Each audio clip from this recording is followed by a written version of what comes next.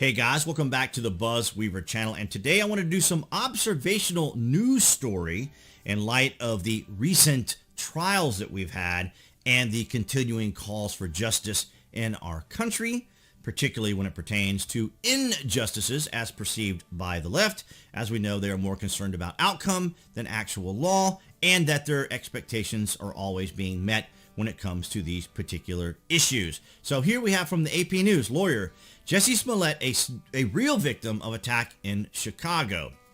Jussie Smollett, a real victim of a real crime, his attorney said, as the ex-Empire actor's trial started Monday, rejecting prosecutors' allegation that he staged a sexual orientation racial attack in Chicago after the television studio where he worked didn't take hate mail he had received seriously. So we are no stranger to what actually happened here with Jussie Smollett, as well as the Russian hoax. But as I've mentioned before, the left and or the Democrats, or perhaps even the media, the legacy media, they go for the instant gratification information, and then the damage control is done later by the time people's attention span or attention to a particular story has already passed.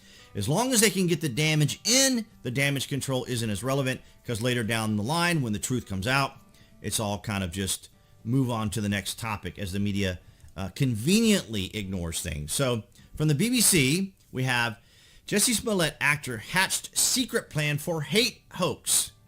Jussie Smollett hatched a secret plan to concoct a hoax hate crime against himself, a court has heard on the opening day of the U.S. TV actor's trial. Mr. Smollett, 39, told police in January 2019 that he was attacked by two men who shouted pro-Trump slogans and tied a noose around his neck. Yes, Chicago, the backyard of Lori Lightfoot, the backyard and the front yard of Lori Lightfoot there in Chicago. MAGA country? Hardly. About as ridiculous as suggesting that President Trump was involved in a Russian hoax, much less suggesting that the Russians were able to apparently outmaneuver the Democrats to ensure that President Trump won. The Democrats seem to ignore that kind of thing. They seem to ignore the fact that they blame Russia, but at the same time, they'd have to blame themselves for not being able to outmaneuver the Russians. I mean, the Democrats, the all-encompassing, all-knowing, all-caring groups of people that couldn't outmaneuver the Russians? Wow. Then, of course, we have Miss Maxwell here. Her name is French, pronounced two different ways in French. I believe the British pronounce her name Ghislaine. So we have at Ghislaine Maxwell trial opens, prosecutors alleged a pyramid scheme of abuse. Pyramid scheme is hardly the word for it. It's an absolute tragic catastrophe at the highest level of people, doctors, lawyers, dignitaries, world leaders. As we know, of course, Prince Andrew, even Bill Gates, all these kinds of names kind of surround this very, very, very bizarre situation here. Opening statements began Monday in the federal trafficking trial of Ghislaine Maxwell, the once prominent socialite who stands accused of helping disgraced financier Jeffrey Epstein exploit and abuse multiple young ladies, including one as young as 14 over nearly a decade. So this case would be something else the media could be drawing its attention on, but they won't because of the names on this, or the surrounding names that could be potentially implicated, or people that could be implicated in this are at the highest level of world leadership, the top of the top 1%. And then Waukesha parade suspect speaks publicly for first time since attack. Now, this could be another story that could be brought up when it comes to the social justice warriors, the social justice out there, the cancel culture, the outrage mobs. But you're not seeing very much of it. Actually, I had to get this story off of Fox News because the media is just conveniently just not covering. Here's Darrell Brooks spoke for the first time Tuesday since allegedly plowing his red SUV into an annual Christmas parade, killing 6 people. Now, of course, he was involved in a domestic dispute, which I guess got him charged up, angry, and then he just decided to just drive down this particular street in Waukesha and unfortunately killed several individuals. So he appeared in court for his arraignment. I assume this is going to be for his arraignment, of course, because that's the first thing you do when you first have an appearance. So here he is. This is Darrell Brooks. And the media could be going after him too, but of course he's not. So this is where we are in 2021, where the media has so much material they could cover. So much material. Speaking of material they could cover, right here, Hunter Biden just writes his own headlines. I mean, Rachel, where's Rachel Maddow? Where's Skelter? Where's Lemon? Where's Anderson Cooper 293?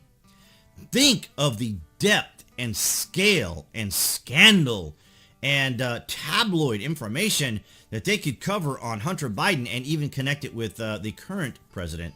Now, you want to talk about painting a dark cloud, you wouldn't even have to paint one. All you'd have to do is just tell everybody exactly what is happening, and you would have the damage that you would be wanting. But of course, the media has to go into damage control to protect Joe Biden and Hunter, who writes his own headlines right here. Hunter Biden blasts those criticizing price of his art as F them. Right there. You don't even have to go anywhere, and these stories write themselves.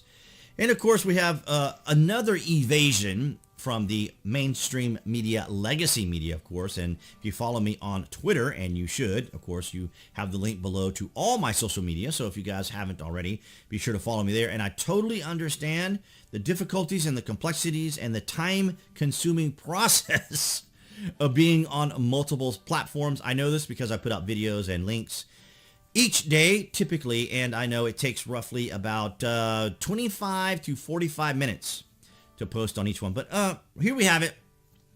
And this is correct here. Some astute people noticed that the Koof Patrol skipped over Xi, is what it actually is in the Greek alphabet, and went to Omicron. Does anyone want to guess why? And so actually some people really didn't know because, of course, they aren't as astute, aren't aware, maybe don't follow my channel, or just are avoiding the news. And it makes total sense, of course, because we all know that this particular spelling is very similar to Xi Jinping, the leader, the world long-time, all-encompassing leader for the rest of his life, Xi Jinping.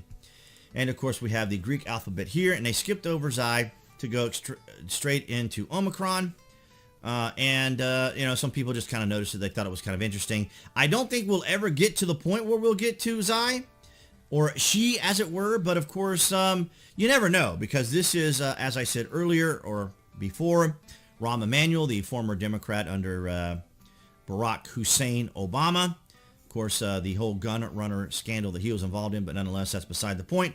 Mentioned, of course, that the Democrats should never let a crisis go to waste, and they never did. And this is one that they can constantly exploit. So with rising prices, rising taxes, rising costs across the board for used cars, new cars, plus we have all the shortages, the backups, the backlogs, the bottlenecks, the this, that, and the others, the millions of things the media could cover. They, of course, don't, because they need the pandemic to act as a distraction.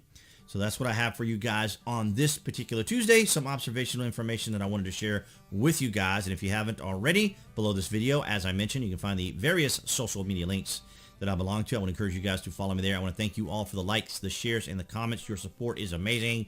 And of course, appearing right there on the screen, that would be the channel icon for the BuzWeaver channel. You can click on that to subscribe, and of course, select notifications if you want to know when there's additional content on the channel, including the what I do now, almost the daily video shorts. So I want to thank all of you guys for your continued support, and I will see you in the next video.